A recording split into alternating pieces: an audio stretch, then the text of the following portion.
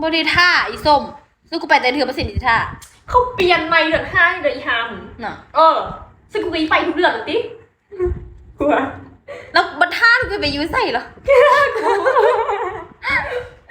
ให้มึงไรกูกลับก่อนซะนะหายจริงเขาเปียกคันนี้บ่แซ่บบ่อยากบ่ฮู้จักหยังเนาะ3 7สิ่งแล้วมืออื่นบ่ให้เราเด้อให้ไผ่ละบัดนี้เป็นยืนถ่ายตั้ง3 มื้อคุณเนาะเขาต้องเขียนเอกสารก่อนเห็นบอกอีนี้มันออกมาจากกลุ่มไปปุ๊บมันแบบมันไปคือเราบ่ได้แล้วมันที่ไปยืนหลักแบบหักไปโดนเมย์อันนี้ไปหาเมย์คนไทยต้องได้เขียนประวัติคล้ายหรือถึงยากคุณดำเนิน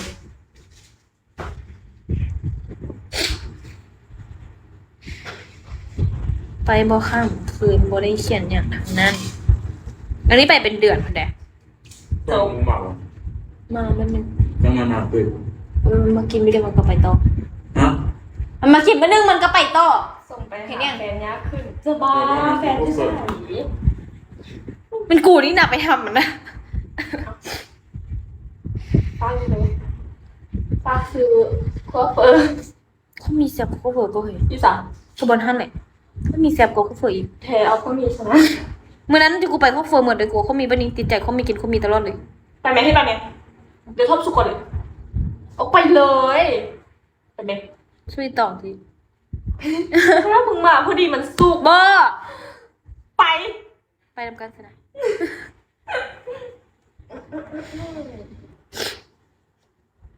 ไปจังหวัดใดจังหวัดชลบุรีไปเป็นเดือนก็ได้แจ้งก่อน3 มื้อเราคือจะไปพักใส่หรือเปล่านี่ยังเลิกกับกราฟสร้างไปใส่อยู่ ฮู้แล้วสิไปกินท่อมฟรีไปพักอยโรงแรมพอดีแล้วเงินกูหมดไปฮอดแม่กูซ้ำ นะคะแค่นี้ขอบคุณค่ะคิดว่าพี่จะไหนเสียบท้องอยู่นี่ มันเฮ็ดออนไลน์ได้นี่อ้าวเฮ็ดได้หวะเอาอย่าดิฮู้ก็ฮู้บ่หมด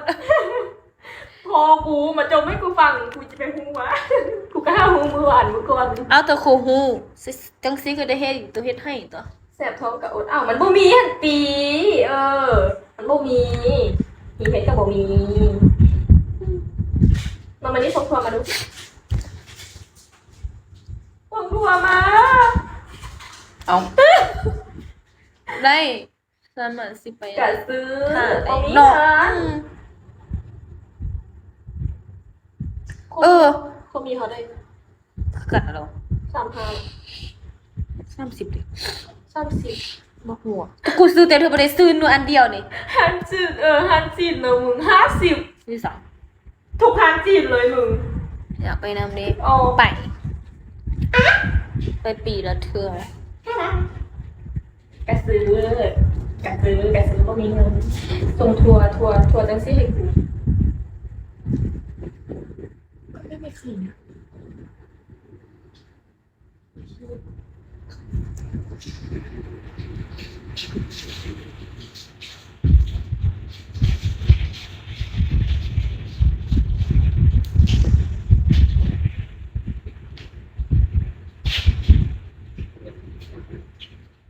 โดย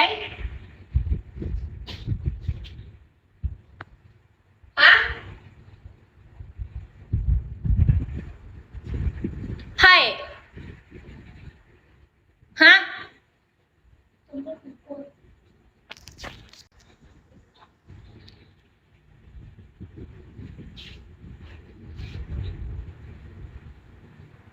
มึงใครบุกเยี่ยมฟัง